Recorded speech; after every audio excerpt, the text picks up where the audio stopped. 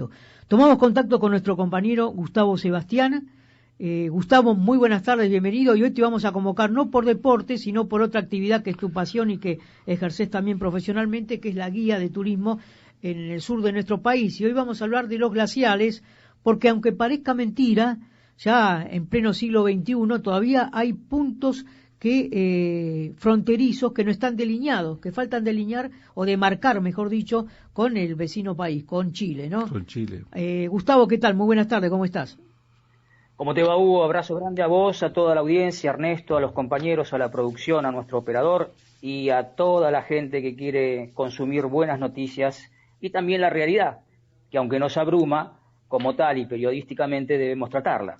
Como bien dijiste, Hugo, seguramente este contacto obedece a, en este caso, nuestra actividad como guías de turismo en el Parque Nacional Los Glaciares, y tal vez haya llamado la atención algunas capturas por estas horas en YouTube, en Internet y en las redes sociales sobre la faltante aún de demarcación de territorio patagónico austral entre Argentina y Chile. Claro. Imagino que el tema va direccionado por ese lado, ¿no, Hugo? Así es, Gustavo. Llamaba la atención porque, claro, uno creía, por lo menos yo, pensaba que a partir del último litigio que finalmente llegó a tener un punto de encuentro entre ambos países, había solucionado este problema que tiene que ver con la demarcación, pero aparentemente han quedado todavía algunos lugares que no han sido demarcados, ¿no? Que en realidad no se sabe de qué país es. Claro, concretamente esto tiene su soporte histórico, esto viene desde fines del siglo XIX, comienzos del siglo XX. Nadie escapa que cuando ambas naciones fueron o se organizaron como tal, tanto Argentina como Chile, a fines del siglo XIX tuvieron el primer gran problema, la primera gran confrontación, básicamente para colocar los hitos de frontera que delimitaran, decimos, la frontera argentino-chilena en la cordillera austral, ¿sí? En la Patagonia austral. Y en ese terreno, en ese escenario, adquirió, como sabemos, una figura primordial, la memoria del perito Francisco Pascasio Moreno. ¿Recordás que el año pasado hicimos una nota con uno de los historiadores, Sí. Gerardo Bartolomé, que promocionaba o hablaba sobre la vida del perito? Precisamente un prohombre al que la República Argentina le debe buena parte del goce, usufructo y pertenencia a nuestro país de la actual frontera patagónica argentino-chilena. Pero el conflicto no finalizó en el año 1899-1900, sino que a lo largo de este siglo XX fueron recurrentes, decíamos, aún los reclamos chilenos en disputa con esa línea de frontera que no se trazó en forma completa. Para que tengamos una idea, la intervención del perito Francisco Pascasio Moreno fue desde la altura o de la latitud de la provincia argentina de Río Negro hasta la de Santa Cruz, hasta el extremo sur de la provincia argentina de Santa Cruz, la última provincia continental que tenemos en nuestro país. A nadie escapa, Hugo, que finalizando la década del 70 del siglo XX, Argentina y Brasil estuvieron a punto de ir a las armas o de acudir a las armas, si no mediaba la intervención papal en ese entonces del cardenal Zamoré a través del Vaticano, recordamos, 1978, pero ya eso tenía que ver con un conflicto insular, es decir, la demarcación de las Islas del Beagle, recordemos aquel diciembre de 1978. Bueno, intervino la Santa Sede, Argentina y Chile solucionaron sus aspectos o sus diferencias limítrofes en esa cuestión, pero siguió pendiente, ahora sí, la demarcación de un sector de aquella actividad que le había correspondido a la intervención del perito Francisco Moreno. Ese sector fue la Laguna del Desierto. La Laguna del Desierto es una localidad que queda exactamente a 37 kilómetros de la localidad argentina del Chaltén. El Chaltén, para los que no están tanto en el tema, es la capital nacional del mini trekking en este país, una verdadera meca de los montañistas, es decir, de los amantes del trekking, pero también de los escaladores profesionales. Gustavo, recordemos, perdona que sí, interrumpa, el Chaltén es una de las ciudades más nuevas del país, ¿no? Creo que es de 1985, ¿no? Exactamente, es la población más joven de la Patagonia Argentina, pero no la más joven del país.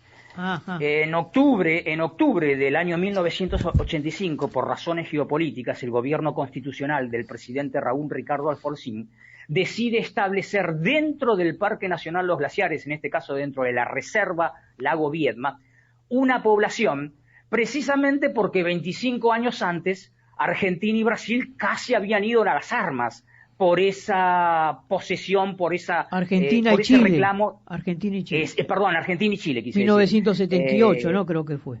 En la década del 60, sí. Perdón. Entre el 60 y el 60, creo que entre el 65 y el 66. Digamos, promediando la década del 60, carabineros chilenos se acercaron a la zona del Lago del Desierto, dentro de la actual provincia de Santa Cruz, luego de el decreto o el tratado internacional del año 1994, pero ellos reclamaban la zona que correspondía a ese Lago del Desierto, que en realidad estaba al pie,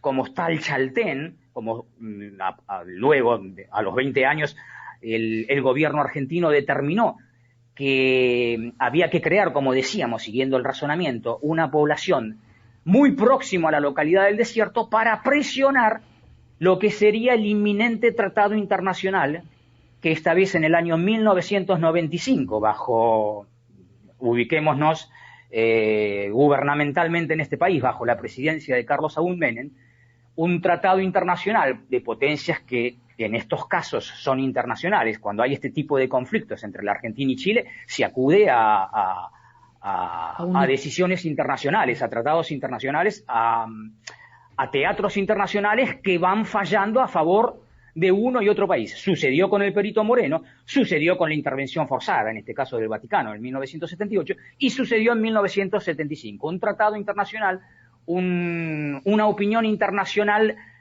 delimitó en ese momento, en 1995, que el Lago del Desierto correspondía a la República Argentina y el 80% de la superficie del campo de hielo patagónico sur, que comparten Argentina y Chile desde antaño, desde toda la vida, pasaba a poder de Chile. Entonces la pregunta que surgió, Hugo, es ¿qué sucede con los glaciares que nacen en ese campo de hielo patagónico sur? Bueno, en ese momento se determinó que los más famosos, los más inventariados, que eran 48 glaciares, 35 correspondían a Chile, nacidos en ese campo de hielo patagónico sur, y 13 a la República Argentina. Entre esos 13 están los más apetitosos desde el punto de vista turístico, por así decirlo, que son el glaciar Perito Moreno, el glaciar Uppsala, el glaciar Espegazzini y el glaciar Viedma. Esos 4 glaciares son íntegramente argentinos junto con la zona del Lago del Desierto. El Lago del Desierto entonces generó en la década del 60 un conflicto, acudió la Gendarmería Argentina, acudieron carabineros chilenos, hubo una revuelta, se produjeron disparos, fallecieron 2 carabineros chilenos y te imaginás, bueno, lo dice la historia, las relaciones entre Argentina y Chile promediando la década del 60, comienzo del 70.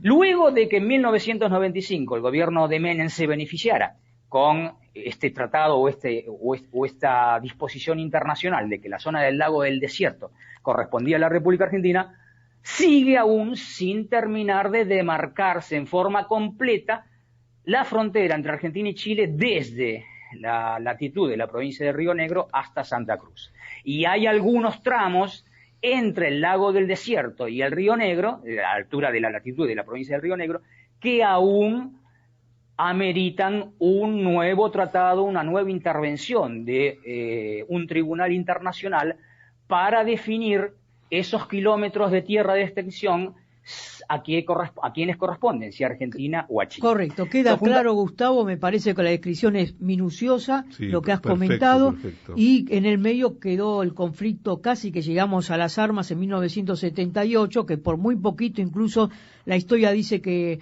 un escuadrón de aviones de la Fuerza Aérea Argentina ya había despegado rumbo a Chile, y en pleno vuelo se le avisa desde Argentina que retornen, porque iban ya a enfrentar y comenzar a un enfrentamiento armado. Por poquito, por muy poco, nos salvamos de este enfrentamiento que después, como bien decía Gustavo, se llegó a arreglar por una mediación, ¿no?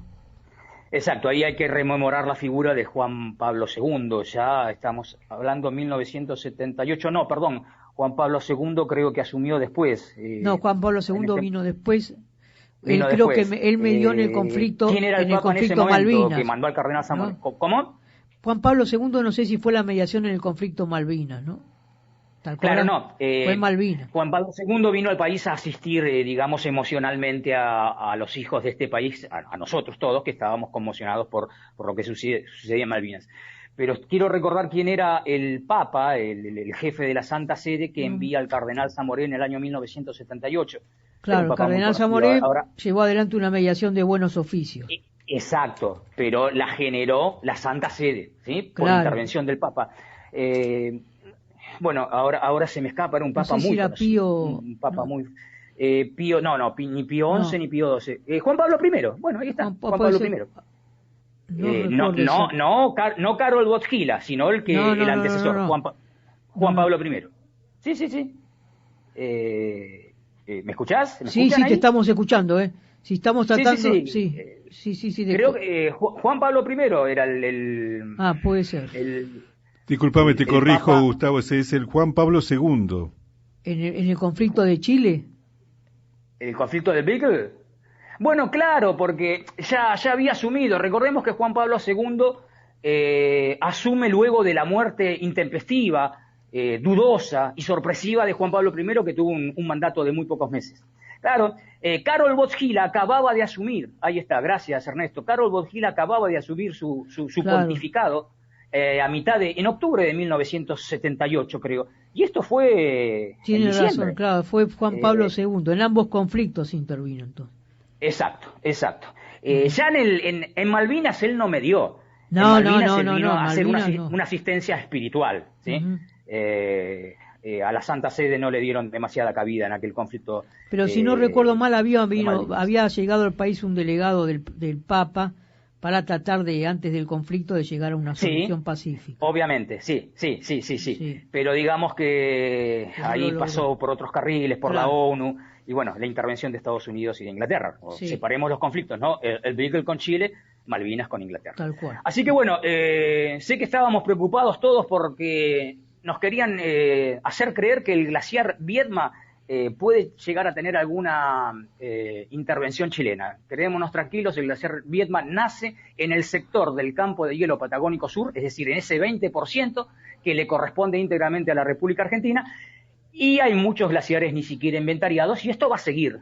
Y pasarán los años, se escribirá la historia, y no sabemos si algún día finalizará el reclamo de la nación hermana, y la posición también en algún momento firme de la nación argentina, ¿verdad? Bueno, ahora nace otro reclamo que tiene que ver con la presencia de Chile en la Antártida, que están reclamando mayor territorio que el actual, pero bueno, eso es otra cuestión más compleja y que seguramente algún día la analizaremos, ¿no? Exactamente, creo que analizando ambas individualidades se dice, la de Argentina y la de Chile como nación, son temas que va a ser muy difícil que tengan un punto final. Claro. Siempre va a resurgir algún tipo de diferencia. Sin duda. Gracias, Gustavo, por la claridad y bueno, te aguardamos el próximo fin de semana. Cómo no, un abrazo grande, saludos a toda la audiencia y estuve consumiendo desde el punto de vista de oyente el programa de hoy, realmente fantástico, Hugo. Gracias, los felicito a todos porque han tratado temas de candente interés para el ser nacional. Abrazo grande. Gracias, Gustavo. Gustavo Sebastián, un fuerte abrazo. Hasta el próximo sábado.